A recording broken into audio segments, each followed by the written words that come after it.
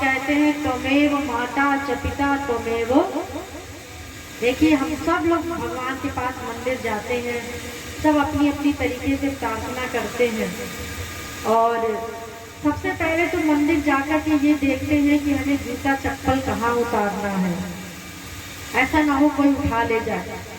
एक तो सबसे अच्छे जूते पहन के जाएंगे, उसके बाद सबसे पहले दिमाग ये लगाएंगे हमारा जूता चप्पल कोई उठा ना ले जाए, और फिर ऐसी जगह रखेंगे जहाँ भगवान भी दिखते रहे, जूता चप्पल भी दिखता रहे, और हाथ जोड़ करके भगवान के सामने खड़े हो गए।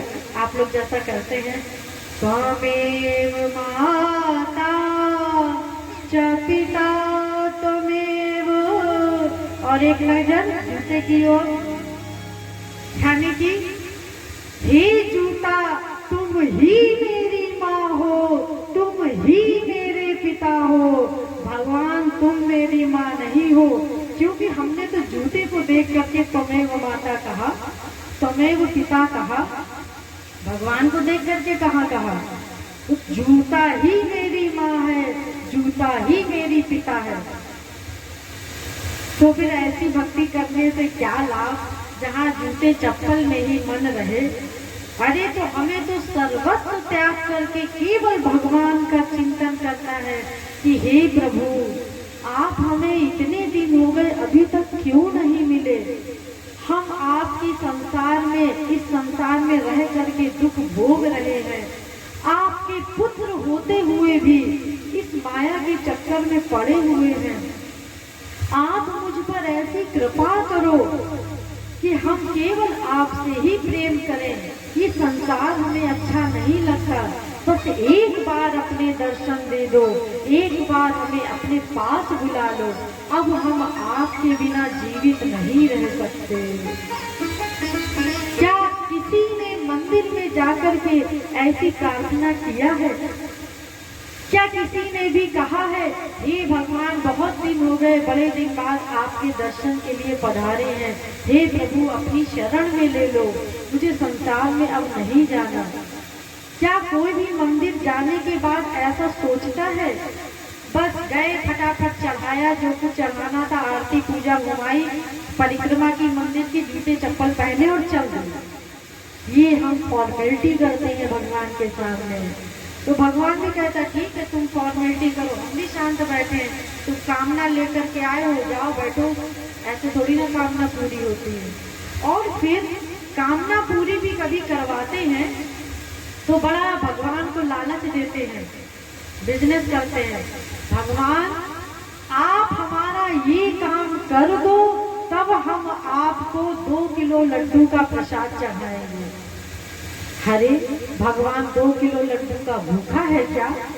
अगर भगवान को 2 किलो लड्डू चाहिए तो तुम्हारी कामना की पूर्ति की जगह वो अपनी कामना पूर्ति कर लेगा, 2 किलो लड्डू की व्यवस्था कर लेगा, तुम्हारी कामना क्यों पूरी करेगा? तुमने क्या माना है, उसको दिया क्या है? भगवान कुछ नहीं चाहते, वो केवल प्रेम चाहते हैं। बस मैंने आप लोगों को बताया था, वो केवल प्रेम का भूखा है, उसे संसार का कोई सामान नहीं चाहिए। अरे ये संसार उसी का है, उसी से ही प्रकट हुआ है और उसी की चीज है। तो आप लोगों से भी भगवान यही कहता ठीक है तू मेरी ही चीज दे दे, लेकिन देने की भावना तो रख, ये जीव निकृष्ट जीव मुझे देने की भावना तो रख। एक तो मुझे देता है, ऊपर से एहसान करता है।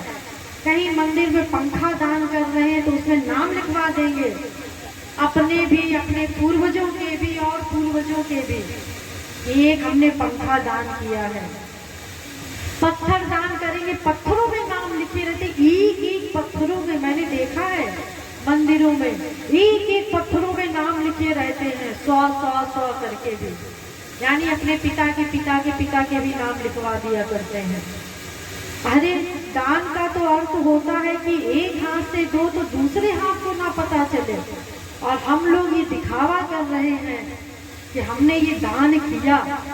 एक तो दान नहीं करना चाहते और ऊपर से कर करके अपना ही नुकसान कर देते हैं। देखिए दान के विषय में बताया गया है कि अगर दान किया हुआ बता दिया जाए तो उसका फल नहीं मिलता। एक बार किसी राजा ने 100 अश्वमेध यज्ञ किए, इतने पुण्य किए कि उसको इंद्र बना दिया गया। अब इंद्र तो वो बन गया, लेकिन उसका जो मस्तिष्क था वो तो दुष्टता का ही था, बड़ा अत्याचार करता था, दुष्टता करता था।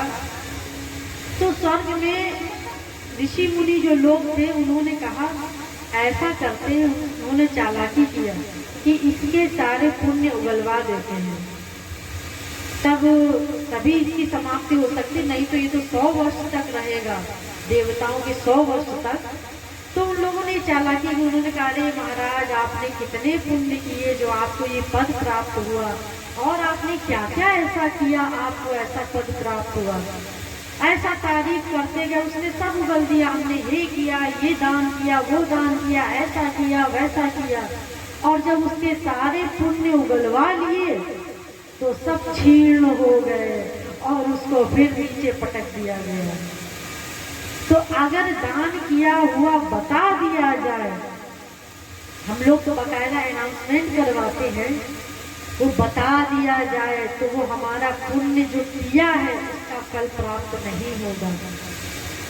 इसीलिए कभी भी दान करो तो किसी को पता भी ना चले, और अधिक से अधिक दान करना चाहिए, कार्य में दान करना चाहिए, सत्पात्र में दान करना चाहिए। दान के नियम मैंने आप लोगों को डिटेल में बताए थे पहले ही।